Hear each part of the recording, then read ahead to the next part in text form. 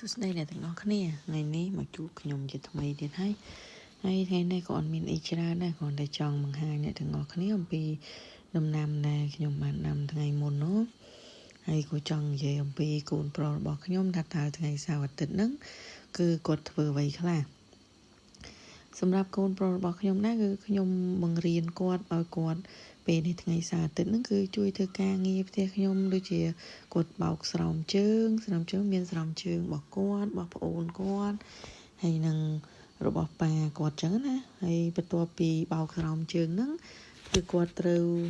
បោសសម្អាតបន្ទប់របស់គាត់ផ្ទាល់ហ្នឹងដែលមានតុរៀននិង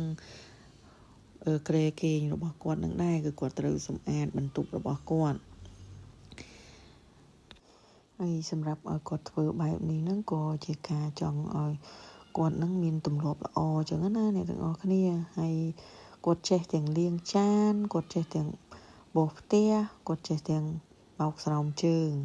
ហើយខោអាវក៏គាត់ចេះបោកដែរតែគាត់ថាខ្ញុំអត់ឲ្យគាត់ធ្វើច្រើនអញ្ចឹងណាអ្នកទាំងអស់គ្នានេះគ្រាន់តែជាការងារត្រួសដែលយើងចង់ឲ្យគាត់នឹងចេះដឹងជួយការងារផ្ទះឪពុកម្ដាយអញ្ចឹងណាហើយបន្ទាប់មកជាពេលកម្សាន្តរបស់គាត់ហើយក៏អរគុណសម្រាប់ការចូលចិត្តវីដេអូមួយនេះ